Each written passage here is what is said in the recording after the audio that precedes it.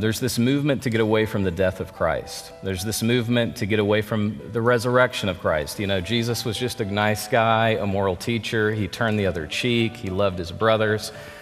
And we have people that if you walk up to some Christians today, self-proclaiming Christians, they can't tell you why the resurrection is significant, if the resurrection even matters. How do you respond to that? I think that we can show that Jesus made some really radical claims while on earth. And most scholars would agree, even skeptics, at minimum, that Jesus thought of himself as having an intimate relationship with God, that he believed that he had been chosen by God to usher in his kingdom, and that Jesus believed himself to be a miracle worker and exorcist, and that he did deeds to kind of back this up. His critics are saying, and rightly so, well, if you are this person you're claiming to be, show us evidence, show us a sign. And Jesus says, I'll give you one sign, my resurrection from the dead. So the bottom line is, if Jesus did not rise from the dead, that makes him a false prophet who no rational person should follow. But on the other hand, if he did rise from the dead, then it seems to me that he did so in confirmation of his personal and radical claims. And then that gives us something to think about. We have 3 people in the New Testament who are resurrected, and they're resurrected by Jesus.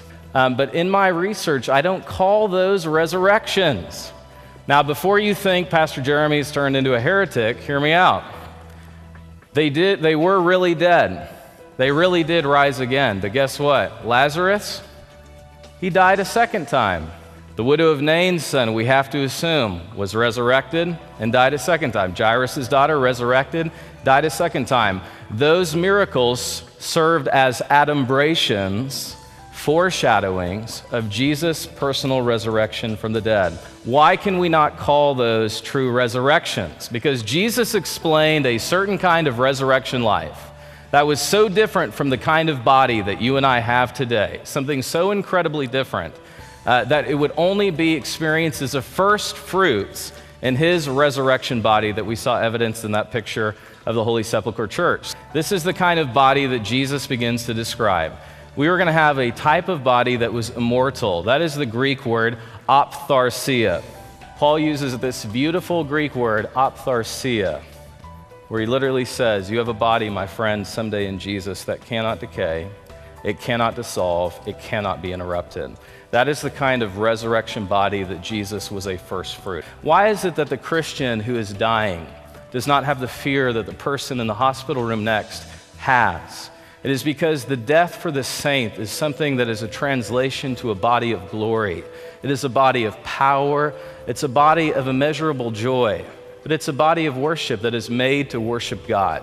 What does the word cemetery mean, and where did it come from? Cemetery is a Christian word. Did you know this? It comes from the Greek word koimeterion. Guess what it means in Greek? It means dormitories, sleeping rooms, or bedrooms. Isn't that fascinating? That was the distinct Christian belief of death. Were the stories in the New Testament about Jesus actually written from eyewitness accounts? Yes and no. Yes and no. Luke would not have been an eyewitness, but he would have known an eyewitness. Luke is the only Greek writer of the New Testament. Luke writes 28% of the New Testament. He's not an eyewitness. Mark is not an eyewitness. Papias, Irenaeus tell us that Mark literally writes, Peter is the stenographer of Peter. I'm sure you've heard this, of Peter's gospel. But Peter uses, in the first Peter, he uses that wonderful term, we were all autoptes, we were eyewitnesses of his majesty. It's the Greek word for autopsy, autoptes. We saw it up close and personal. We saw Jesus, we could feel him, we could touch him, we could smell him, we could hug him. That's the word that was used for eyewitness accounts.